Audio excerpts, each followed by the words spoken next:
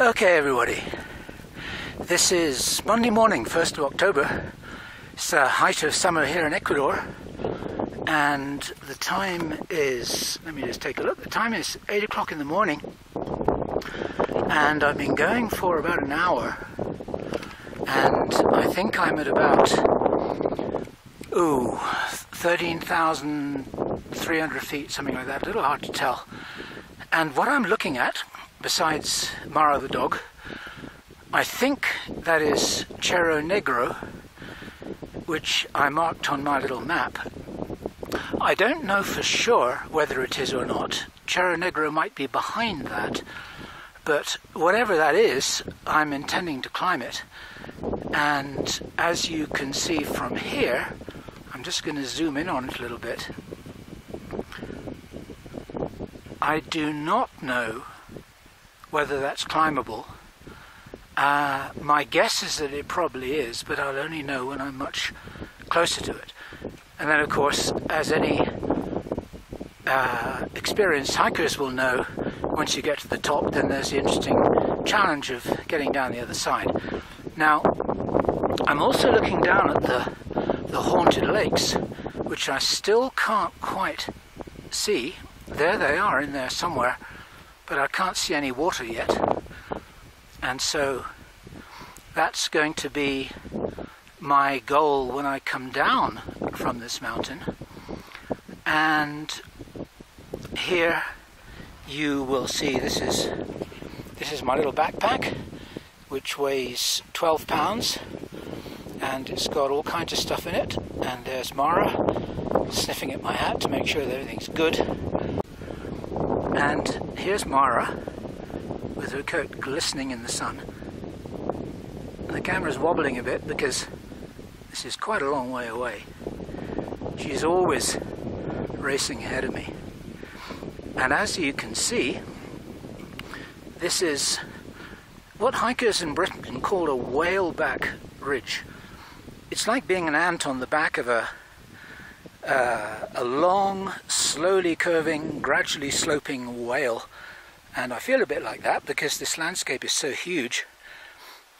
As I think you can see, there's no trail here, but it's very easy going. It's very easy to hike on this stuff. You can walk just about anywhere.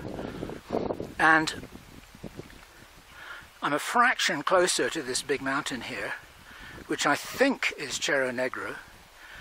And I have no idea, still no idea, whether that's climbable or not. I might be able to see more when I'm a little bit closer. I hope I will. And this also is the first view of one of the haunted lakes. Here we go. It's the height of summer here in Ecuador, so it looks like it's dried up a bit, and it doesn't look very haunted to me, but that's because it's bright sunlight. We're in the height of Ecuadorian summer here, and all the ghosties and ghoulies and whatever there is down there probably only comes out at night. That's what I'm assuming.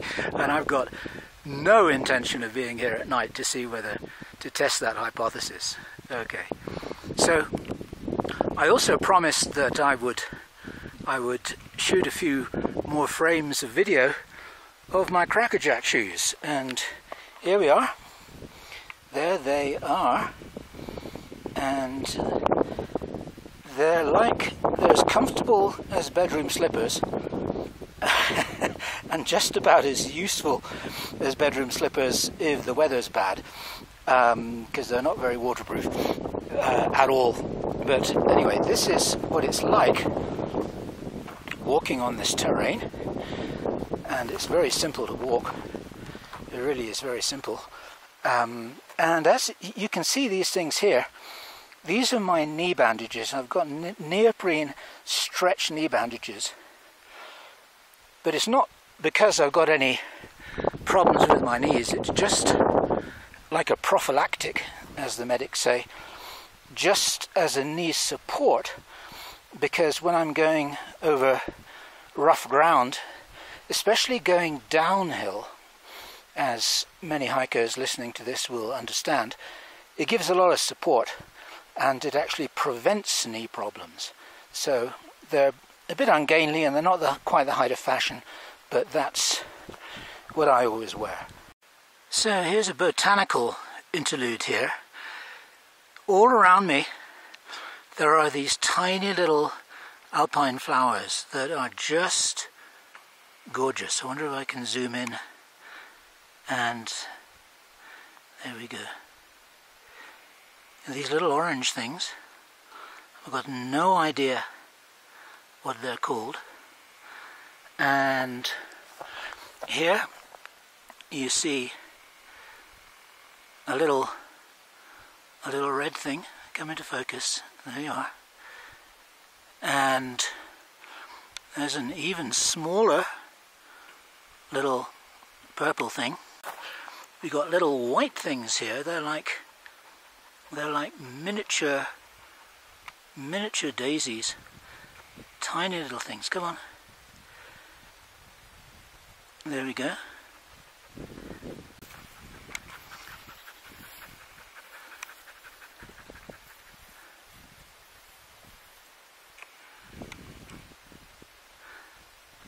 And there we go. And I'm no botanist and I'm no gardener, but I do know something that's super beautiful when I see it. And so it's a very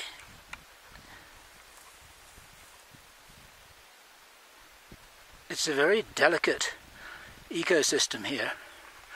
There are all these tiny little plants and little mosses and lichens, and there are all kinds of little animals that live up here. I'm sure they only come out at night. Okay, we have a hummingbird, and my challenge is to see whether I can actually get it in the frame. Let's see if we can get him in focus.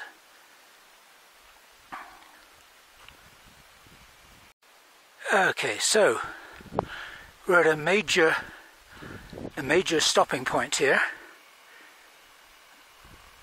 There's Mara, and she's stopped as well.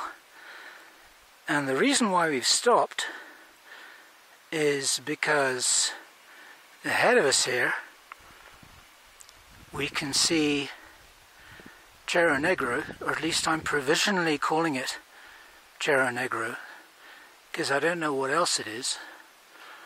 It might be the Cerro Negro is behind this, and I'm feeling a little lightheaded, which is pretty normal. I think we're at about 14,200, 14,300 feet, so that's a good excuse for feeling lightheaded, but it might be because I need some water, and it might be because I need some sugar. So I'm going to have some chocolate and some water and a good long rest, and that way all bases are covered. And I'm now looking down on another haunted lake. This is now the second one. This isn't the one I showed before. And that looks very benign. That doesn't look haunted at all. And we've even got a mini haunted lake here. So there's a whole cluster of them, one after the other. And I believe that if we can somehow get to the top of this thing, looking down the other side, we'll see a whole bunch more as well. So here we are looking east into the sun. It's still, what time is it? It's about 9:15 in the morning now, so the sun's still fairly low in the sky.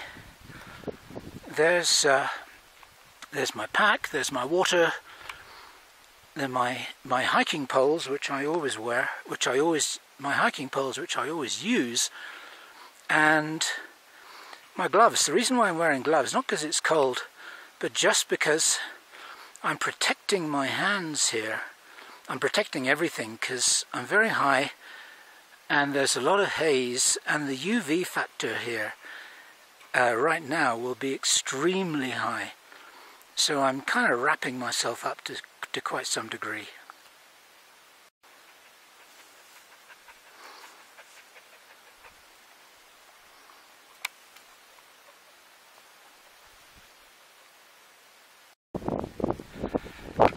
Okay, so here we are. There's Mara leading the way, and she often does lead the way, meaning that she often does find the easiest way up, even though she's got 4 legs and a low centre of gravity. But I've just started to climb up this slope here, and as you can see, it's just a huge sort of pile of broken rocks. The British call it scree, and the Americans call it talus. Oh wow, there's Mara, she's nearly at the top, for goodness sake. And it all looks very doable. As any hikers watching this will understand, one of the key things, of course, when you're going up anything, is to always make sure that you're not getting yourself into a one-way situation. That you've always got to be able to know that you can get down the way you came if you had to. So that's one of the things that's ingrained in my thinking. Mara's completely disappeared now. She's over the top of whatever that is. That's not the summit. That's just an intermediate little rocky bit. But I think we're okay here. And my next little video will probably be touch wood and all the rest of it. There's not a lot of wood here, but touch wood, I think it will be at the top. Well, there she is. Proof that you can get up there if you've got 4 legs, so let's see if just 2 legs will do the job. That's how far away she is. She's quite a long way off. So there's Mara. She always heads for the for the highest viewpoints that she possibly can. She's got a bit of mountain goat DNA in her. And sweeping around here, there's the summit. That is the summit. And pretty much straight ahead, that's the route which I'm going to try and pick my way across. It all does look doable. I'm imagining it'll be the same down the other side, but I do not know. But at least I'll be very confident that it's possible to come back this way if we have to. And here's Mara again. Here she is. Look at that. For her, this is like a walk in the park. It really, really is. And I kind of mean what I say, because in all the dogs in the world, apart maybe from some Sherpa dogs living in Nepal, she must be one of the healthiest, most acclimatized, best shaped dogs that there is, because she just gallops around up here at 14,000 feet like she's just romping around in the backyard, and she never gets tired. She goes up and then she comes back, and then she goes up and she comes back, and so she does everything 3 times. And it's really very impressive. Sometimes I think it's like the way that marathon runners oxygen dope themselves by training in Kenya or Mexico before they compete down at sea level, and they're all super oxygenated so they can go really fast. If Mara went down to sea level and competed on a greyhound track, she'd probably acquit herself quite well. And a bit more of the mountain goat. There she is. And I'm not going to go up that way myself. I'm going to pick my way along this way there, going across and up kind of towards 11 o'clock, I think. It looks doable, and there's only one way to find out. Okay, well there she is once more, Mara the Wonder Dog. Stopping here because I didn't want to get my camera out while I was doing this because I really needed both hands. But this, I think, you can see I'm looking down here, a whole bunch of steep broken rock. And this, I've just negotiated this. And that's probably the make or break point of this climb.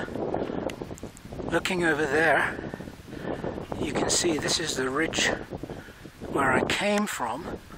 I was walking towards the camera, taking my other little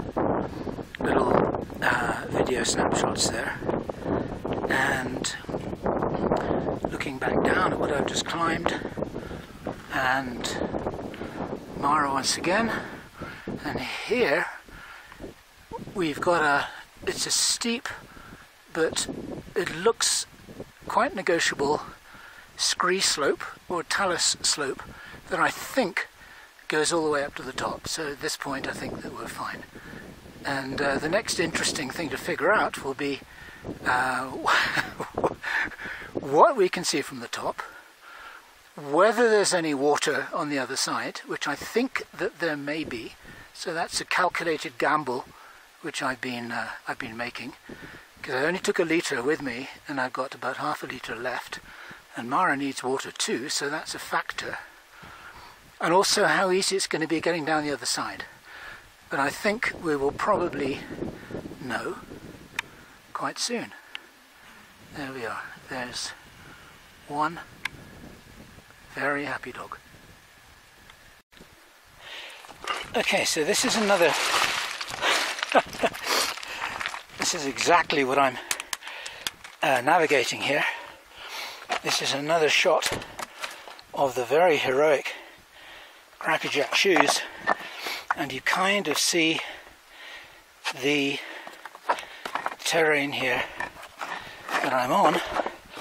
There's a whole bunch of loose boulders, and the judgment call to make, as many watching this may know, is you've got to figure out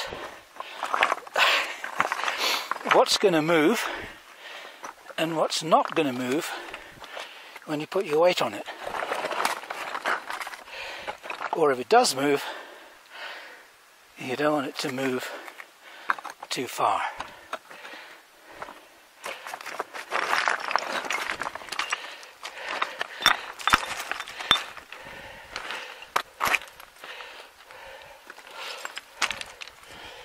And there's a kind of paradox, because if the little ones move, it's not a big problem. If the big ones move, or rather the big ones are a better, more solid foothold, probably. But if the big ones do move, then you might find yourself sliding down a rock slide, which is not recommended. Coming down these things, this is what it looks like going down. It's sometimes it's easier going down rather than coming up, because you can kind of ski down it, if that makes any sense to you. Some people will understand that. It wreaks havoc on my bedroom slippers here. Of course, that's how come they got beaten up, because they've been scraped against sharp rocks over and over and over again. And I suspect today they will be receiving quite a bit more of the same treatment.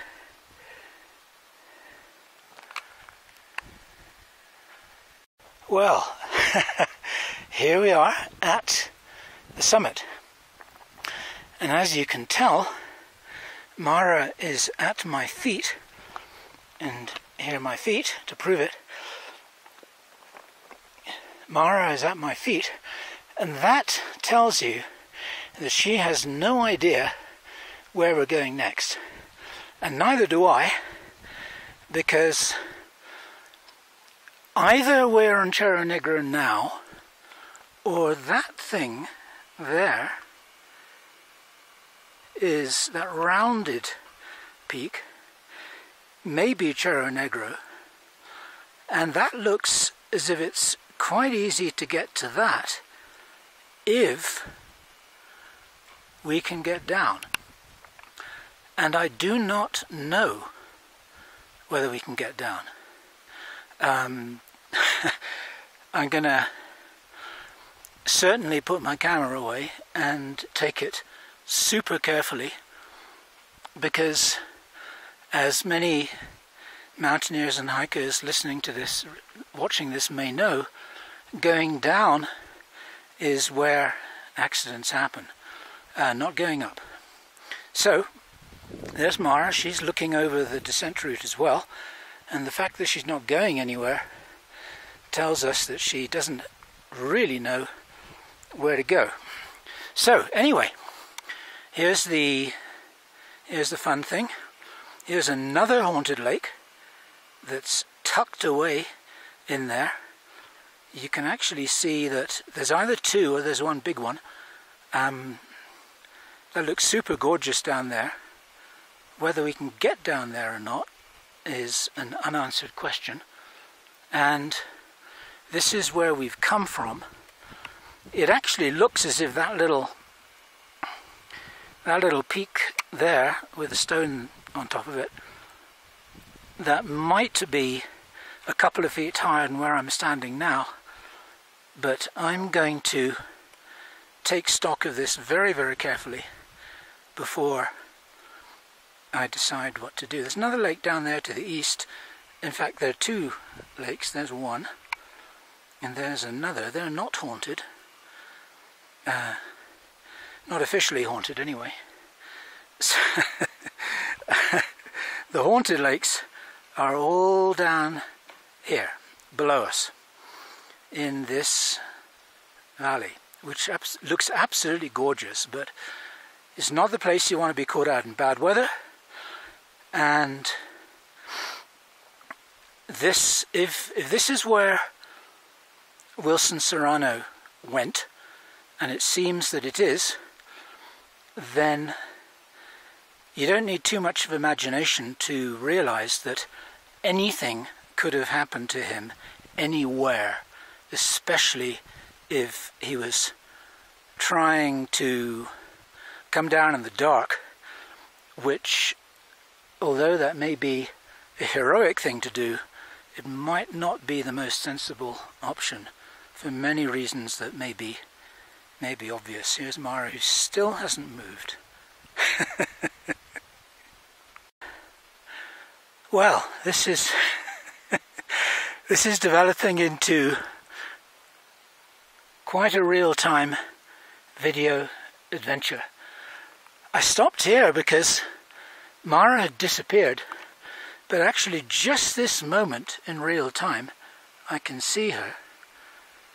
Where is she? She's in there somewhere. There she is. So Mara's in good shape. That's the other member of the team accounted for. That rounded rocky peak is where I'm heading, and it doesn't look like it's too much trouble. But what was rather different, this is what I just came down. I just descended that thing, and I have to say, to my little video diary here, it's halfway down this, I was kind of thinking, what am I doing here all on my own? But anyway, okay, so we solved that problem. Life is all about problems. And here comes Mara. She's panting quite a lot, and I don't blame her. One of the problems is that we have not found any water, and it's a problem for her, and it's a bit of a problem for me. I've got about 1/3 of a litre left, but I'd only taken 1 litre with me because I was counting on finding more.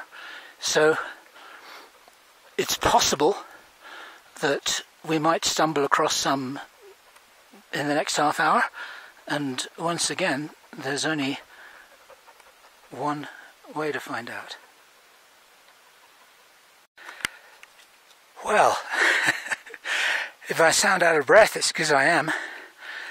And we are now on top of the rounded hill, the rounded rocky hill that we could see from the last viewpoint. And I'll just go around 180 degrees, and that's this big triangular thing. I went up the other side and came down the side that you're looking at, which which I wouldn't want to be doing anything more testing on my own, I have to tell you. But here we are. Very hard to tell whether I'm higher, whether we're higher now than that point there. It looks almost exactly the same. And we can see by panning around here that this really is the highest, or the equal highest point around.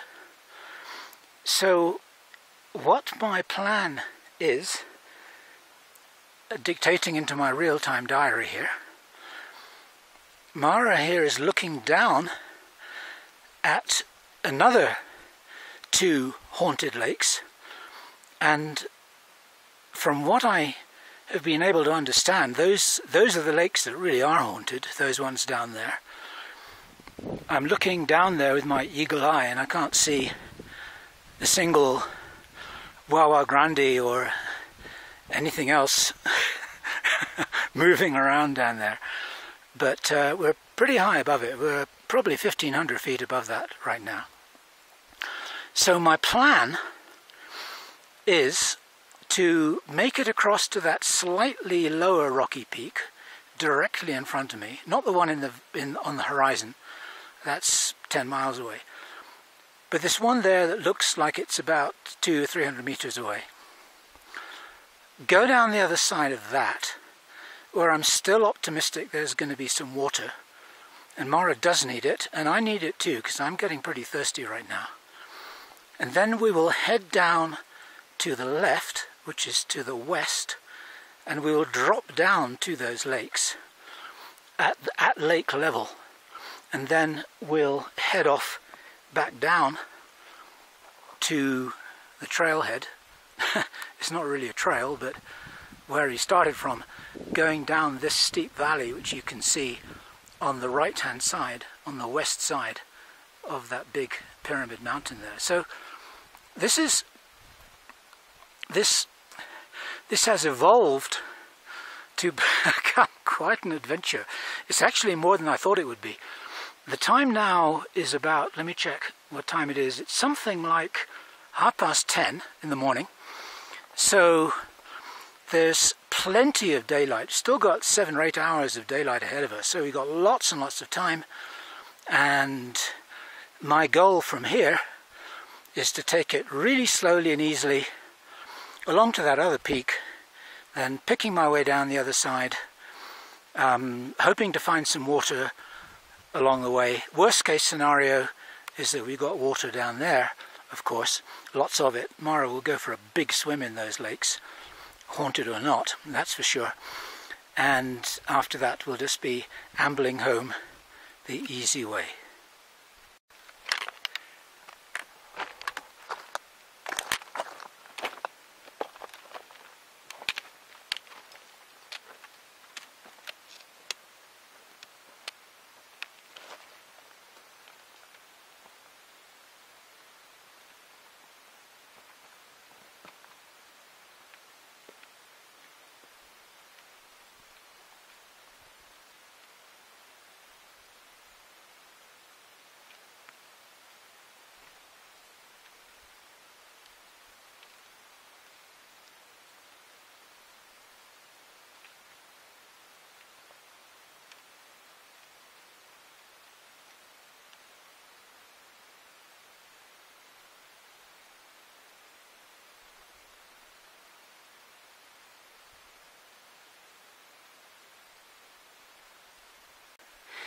Okay, well here we see some scat of a predator of some kind.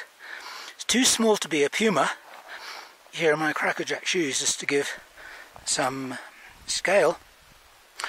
It's more like a kind of foxy wild dog type of thing. I assume that there are foxes up here. This is pretty high. We're up, I don't know where we are, 14,400, 500, something like that. So this is pretty high. But clearly this foxy thing has been eating something. And as I was saying earlier, my guess is that all the little animals that must be living here all come out at night. Now, just about 50 yards away, there's this big, well, not very big now, but there's a kind of rocky rounded peak, the second rocky rounded peak, and I'm assuming that there's water on the other side of that. I'm hoping there is. We'll find out very, very soon. And then I'm going to head on down to the haunted lakes, and there they are. And then from those lakes there, I'll be climbing up over this ridge. In England, in Britain, we call this a saddle, but it's a kind of ridge line. It's a low ridge line that separates two valleys, and on the other side of that, then it'll be downhill all the way. And this is where I've come from. This is not the big pyramid-shaped mountain. This is the rounded one. So we've actually navigated two mountains so far. This is one I'm looking at. Before that, there's the pyramid one that was exciting going up and even more exciting going down. And then this is the third one. And then after that, I think that'll be our fill of mountains for the day. I certainly feel like this has been quite a trip already. Okay, I'm stopping here because there's the most beautiful blue flower, purple flower, on its own, all on its own. Haven't seen one like that today. We're going down now towards the lakes. It's a lot easier, and we'll be on relatively easy ground quite soon. You see there's grass there. In the winter time, when it's raining, there would have been water down there. Whether there is any water anywhere there, we'll find out. Mara will find it before I do. But even if there isn't, it'll only be about another 20 minutes or so before we're down to the west, to our left, and on the back of this, you can't see them right now, those are where the haunted lakes are. Those lakes there, which I'm looking at, those are to the north. They're not haunted, and but we won't go there to get water because that'll be out of our way. So I don't think we've got too long to wait, but it's interesting how in circumstances like this, you can probably hear from my voice, my throat is very, very dry, and if Mara could speak, her voice would be dry too. And in an environment like this, things like that become overridingly important. Like, all you can think about is water, you know. The simplicities tend to focus our mind, let's put it that way. So, we're heading straight down there, then we're heading to the left, and we're following where the water would have flowed if there was a lot of rain, and that'll take us down to the lakes to the west, to our left. That's the plan.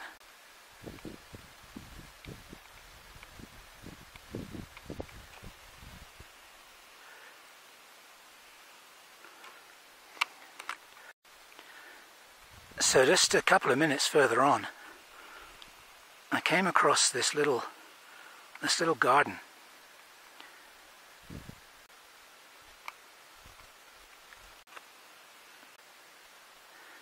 That was really unexpected. And there's more. We've got these little yellow flowers here. I don't think they're in focus. There they are. maybe. And even more. So a gorgeous little micro Shangri-La right here. And even more over there.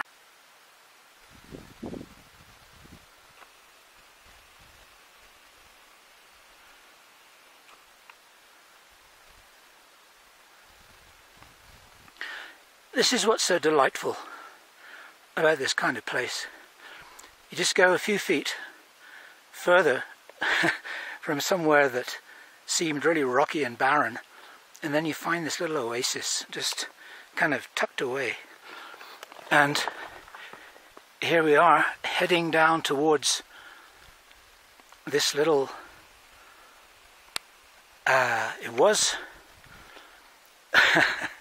it was green once. It's not very green right now, but it's greener than where I've been. And you see Mara, she's down there already, because she's smart enough to know that when you get to a little valley bottom, there's likely to be water. So she's hunting for water right now. That's what she's doing. I don't think there is any there, but if there is, she'll find it and she'll let me know. That's for sure. Okay, so Mara found this bit of muddy water here, which is good enough for a dog, but not good enough for a human. This was clearly a little tiny lake in the rainy season, but there's only mud here now that it's dry. But what this means is that we're on a watercourse, and we'll follow this down, and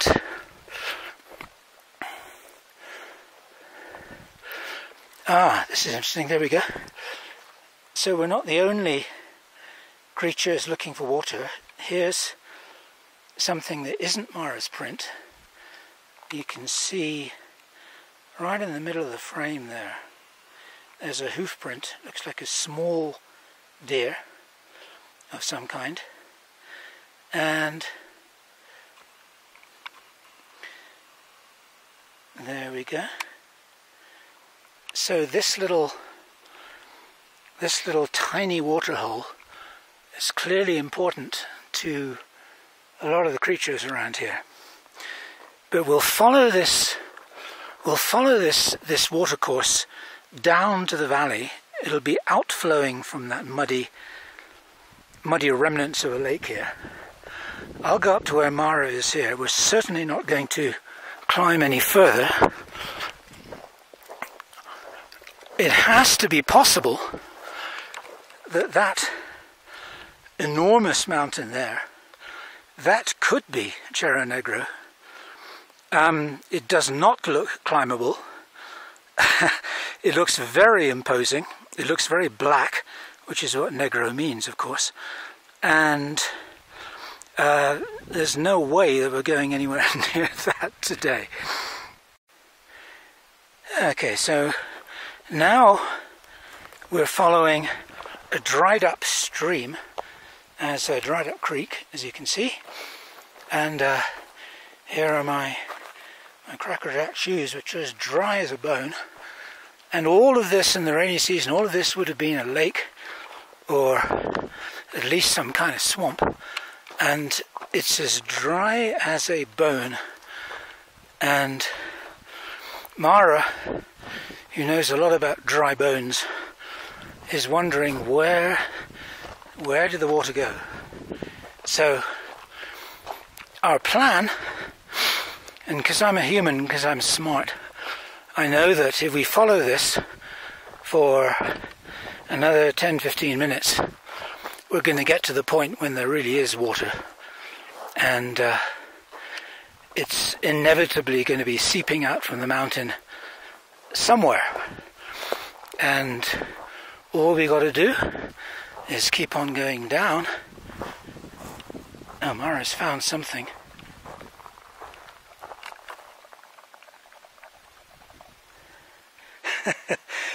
she found a tiny bit of muddy water down there, which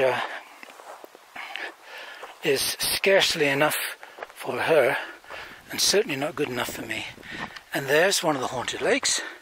Here we go, and more later when we do find some water. And there you are, says Mara. This is the real deal.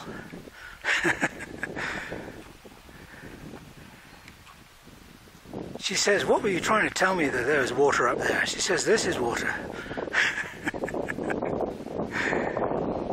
It may be haunted water, but it's pretty good water right now. There we are.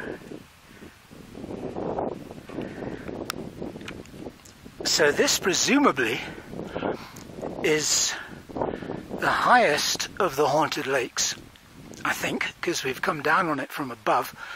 And on the other side, where I'm pointing the camera now, I think there's another big one, and we'll see that in just a few minutes.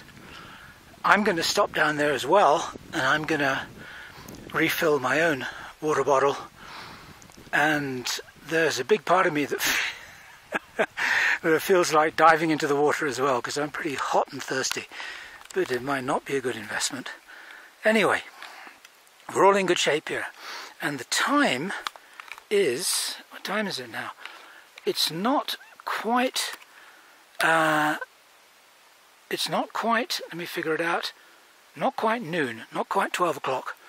So we've still got 6 hours ahead of us to amble back, and we're in very, very good shape here. Well, here we are at the big lake, or one of the big lakes, and Mara's super happy about that. There's a lovely little cascade over there. We've just come down from that direction up there, following the dry stream, and this is really interesting, because here we are at the haunted lakes without any shadow of a doubt. This is one of the biggest haunted lakes for sure, and I've got a really, really, really good sense of direction. It's something which I can say about myself without any fear of being egotistical or exaggerating. It's got me out of trouble a lot of times. I've spent a lot of time in these mountains, but I am now confused. You heard it here first. Here it is on camera. I'm confused because it looks like there's a way down to the valley over there from where I'm standing that looks very obvious. But my sense of direction is telling me that I need to go up and over that high ridge. And if I do have to do that, I'm not really looking forward to that. And then down the other side, because I think this direction which I'm pointing the camera at is south, which is the way back to where the vehicle is.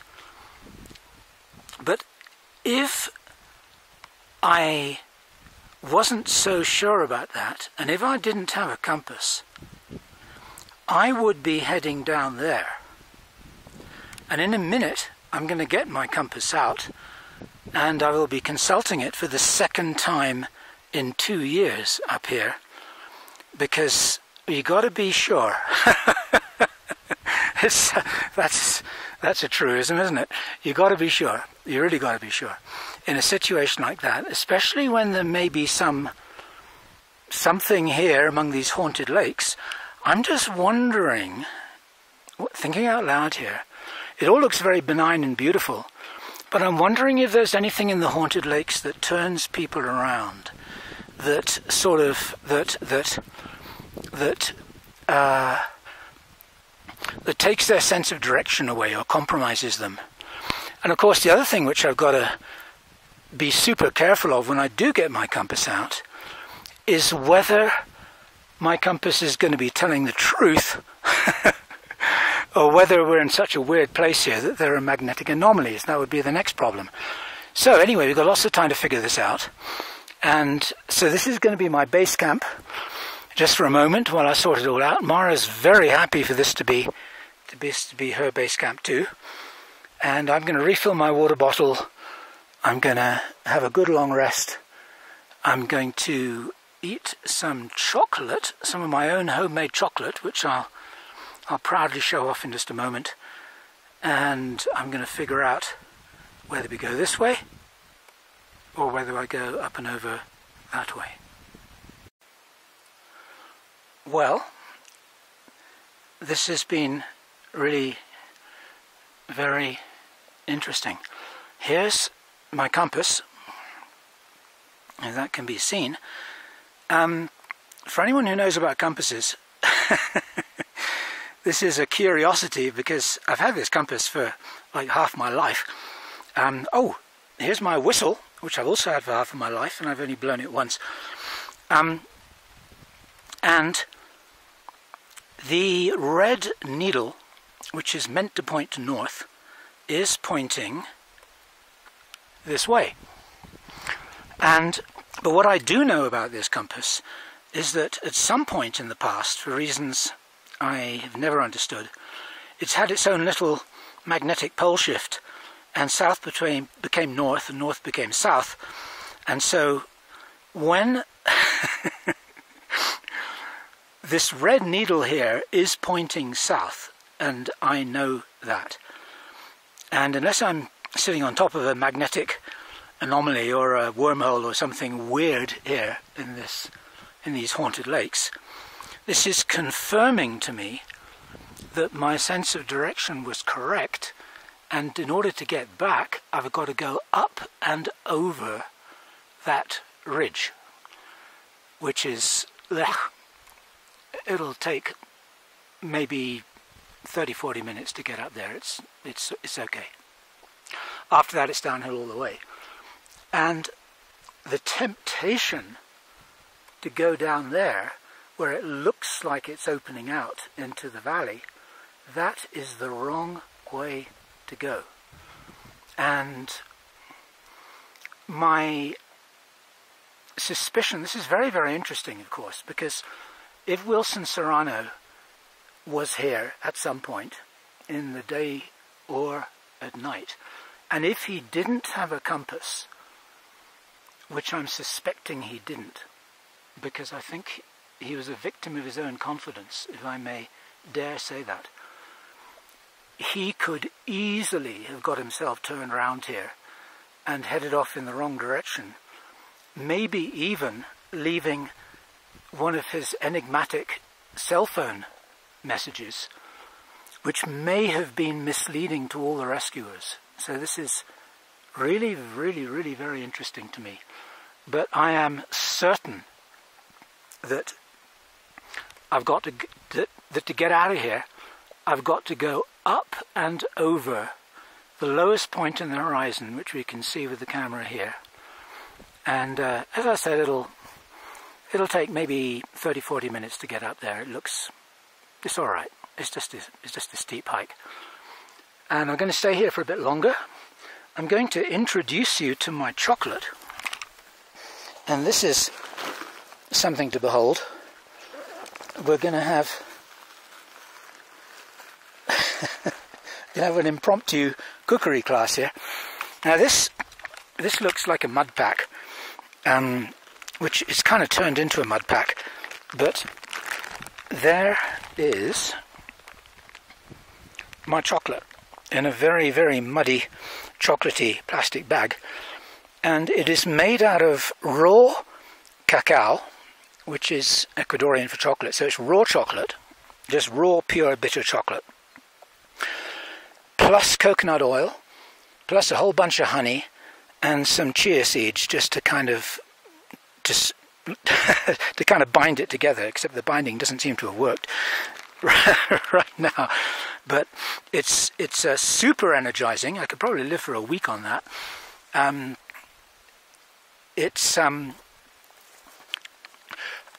because it's raw cacao, it's also quite caffeinated, so that means that it always gives a little bit of a boost, and that is going to be my lunch.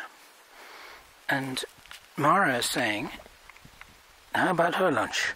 Mara, you don't have any lunch, you had a big breakfast, okay?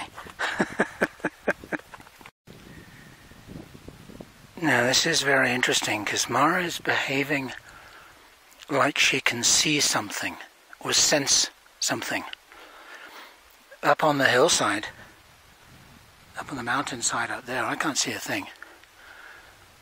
I can't see anything moving, I can't see anything at all. And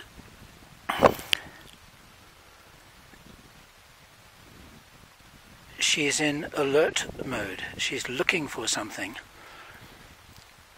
And I wouldn't be able to pick it up here on the camera, but her teeth were chattering, which is something that happens with her when she gets a little bit anxious. And she's not relaxed at the moment at all. She's kind of trying to figure something out here. And that's interesting. I'll just keep my eyes open. I can't see anything moving, but that doesn't mean a thing.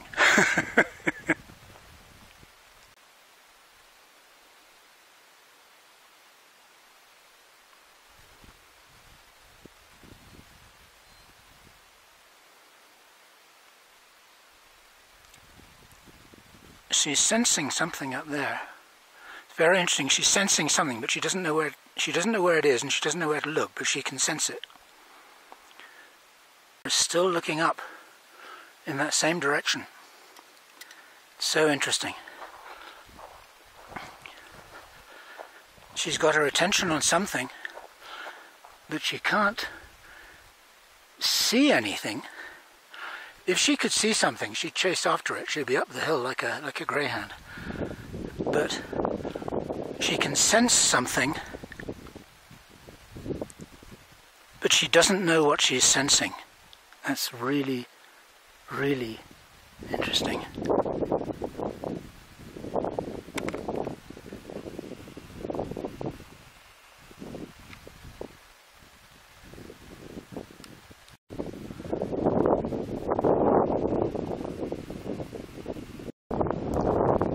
Okay, so I just moved another 100 meters or so towards what I think is the west. What my compass tells me is the west. And it is so tempting to go off down that way, where it looks like there's a big valley heading down to safety and all the rest of it. But my compass and my intuition and everything else does tell me that I've got to go up there. And it's only 1 o'clock or something, so I've got time to go all the way up. So the worst case scenario is I've got time to go all the way up there, take a good look around. Once I'm up there, I will be able to see for sure whether it's the way down or not, and I do think it is. But if it's not, then I will have time to get back down here again, and then take stock one more time. I'm 98% sure that that's the way to go, but it still kind of feels weird. I'm usually extremely confident about my sense of direction, and I do not get turned around, and I do not get confused. And I don't have these kind of internal dialogues with myself, ever. So this is interesting. And Mara's whining. You may have heard her just there. She's looking around. She's not wandering around playing and galloping about as she usually does when she's very carefree. She's anxious and she's on alert. And she's looking for something, but she doesn't know what she's looking for. fascinating. Okay, I want to chronicle something else that's quite interesting. There's the lake which we just came from. We descended from that shallow valley up there coming down from about 2 o'clock. The big mountain that might well be Cerro Negro is directly ahead of a center frame there. That's the big one that doesn't look climbable. And I'm about 100 feet above the lake and maybe a couple of hundred yards, couple hundred meters from it. And my confusion has now lifted like fog. And I am now 100% certain that what I'm doing is the right thing. When I was down there right by the haunted lake, I got confused, and I don't get confused, and that is so interesting. Mara is also back to normal. You can't see her very easily here, but she's sniffling and snuffling about in the grass looking for little things, and she's just enjoying herself. As you can just, can you see her? She's in there somewhere. She's back to her normal self. She's not on alert anymore. She's not acting like there's something there that she can't quite make out. And she is there. You've got to trust me. She's sort of hiding behind a big clump of grass. And so now everything is back to normal. Now that I'm, oh, there she is.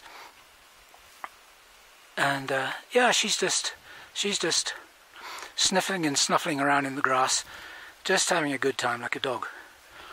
So there we are. That's Mara back to her normal self. And so whatever it was that we were both sensing, we're out of its range. And that is so interesting.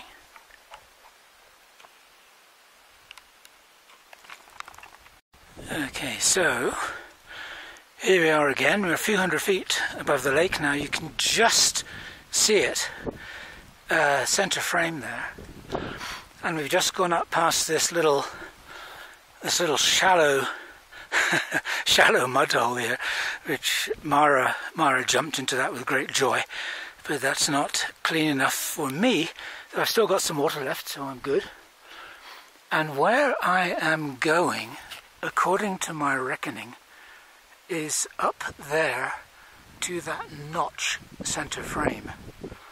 And it still feels a little bit weird, but here's my hypothesis, and we're checking this in real time. My poles there, I'm pointing them where I think south is, which will take me back to the big valley that'll take us back to the main road and so on.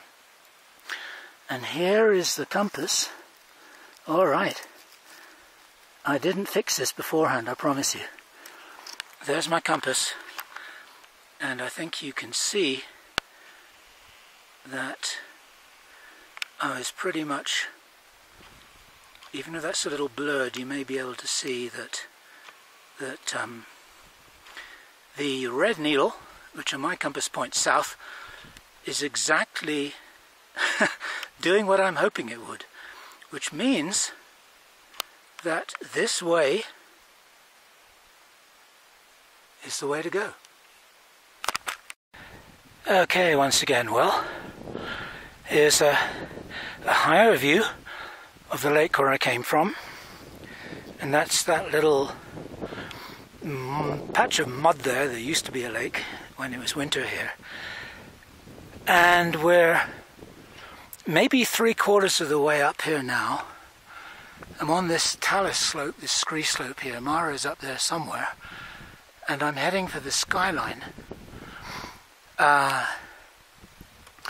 I thought it would only take me 30 or 40 minutes when I was estimating it from down at the lake, but it's taken me about an hour and 10 minutes so far. And that may be because I underestimated the scale of this thing. It's quite a slope. or more likely, because I'm starting to get tired. I really am, actually. Now, that's not a cause for concern, because I'm just taking it easy, going 50 yards, stopping for a break, 50 yards, stopping for a break, and that's how you get anywhere, metaphorically or physically. So, once again, this is the slope that we've come up, and that's the lake, and that is pretty convinced now that that is what Cerro Negro is, which is a pretty impressive looking mountain. And my estimate of the height here must be 14,000, 1, 2, something like that, very hard to tell. And just zooming in on Mara. I don't know whether she's blurred or not. I don't know whether she feels blurred or not. She's going a little bit more slowly as well. I'm feeling a little blurred. But I'll be up there, I think, within 20 minutes, touch wood, and then we will see whether we are in the right place. Okay, so there's our lake that we came from. Here's the slope that we just climbed up, and man alive, that was steep and loose. My goodness, talk about a sting in the tail. And this is a real-time documenting of this last few feet, and we will find out. There's Mara, who's already found out, but she's not saying anything yet. When we get to this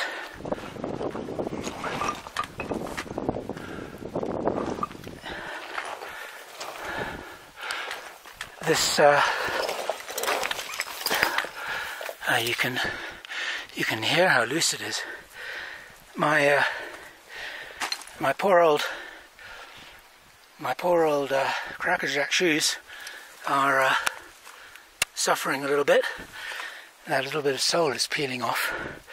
How a dog can do it in just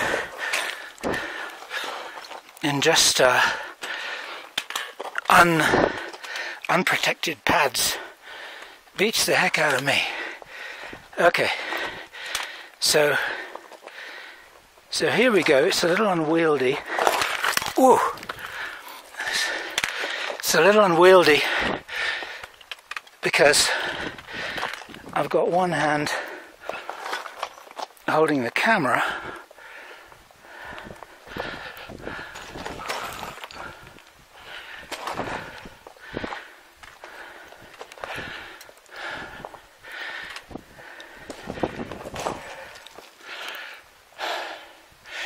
if you're hearing heavy breathing here, it's not for dramatic effect, I promise you that.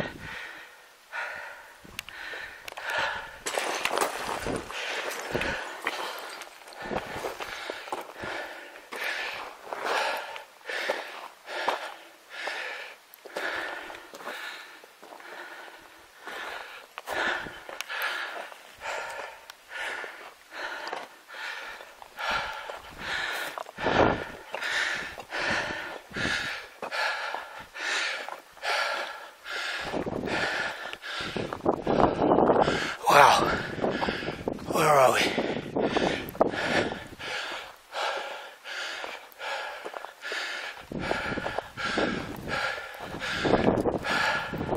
Well,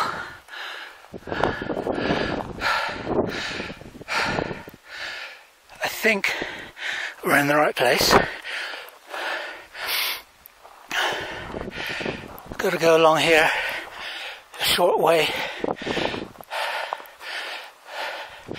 I'm pretty sure that's the first big pyramid that we climbed.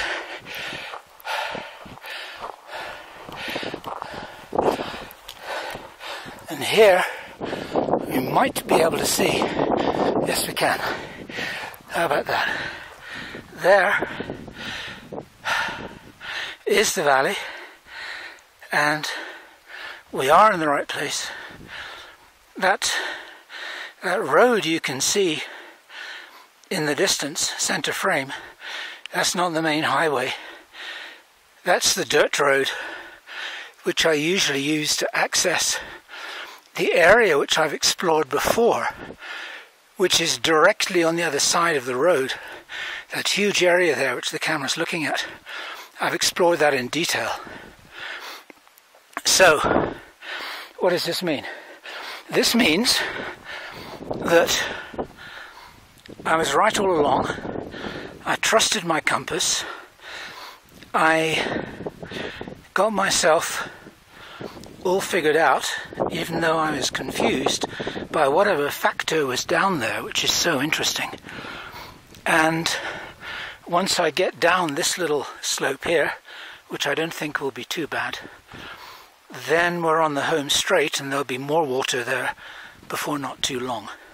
So, all is well. Well, we are now here by the lake, the first lake. I don't know whether this one's haunted or not, but it feels pretty good to be here, I have to say. It's nice to be on a piece of flat ground where I don't know if anyone's been here before. I'm sure they have, but there's no sign of a fire ring or anyone having camped here or anything. It's an obvious camping place. Where I came down from was up there, which is probably, it's more difficult than it looks. What I've done just now is I filled up my water bottle from the lake, and I'm just about to put some iodine drops in. 1, 2, 3, 4, 5, 6, 7, 8, 9, 10, and that's good for half an hour. That's kind of arbitrary. I'll wait half an hour and then it'll be good. It's probably good enough already. This water is probably as pristine and pure as anything that one could get out of a Berkey filter.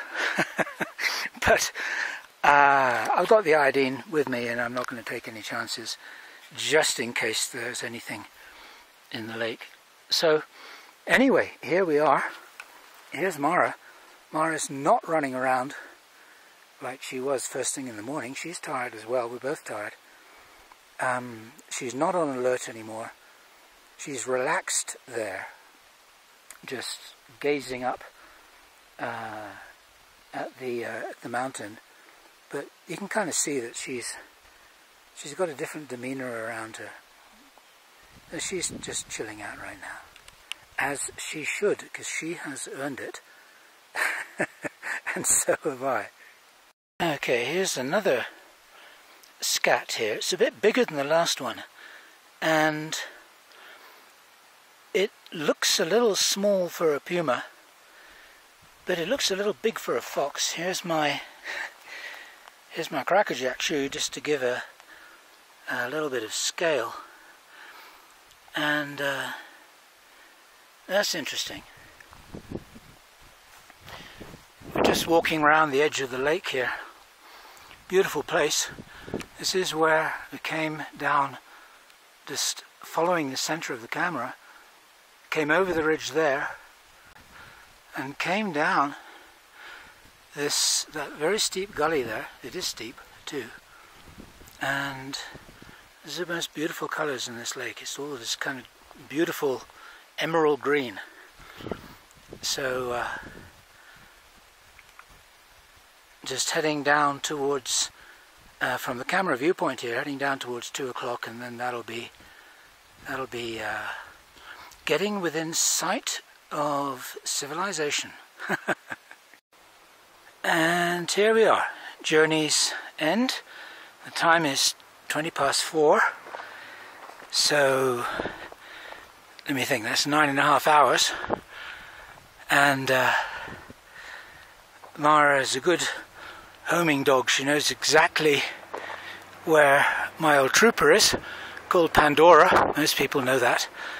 And there's the note that I left in the windscreen, and all is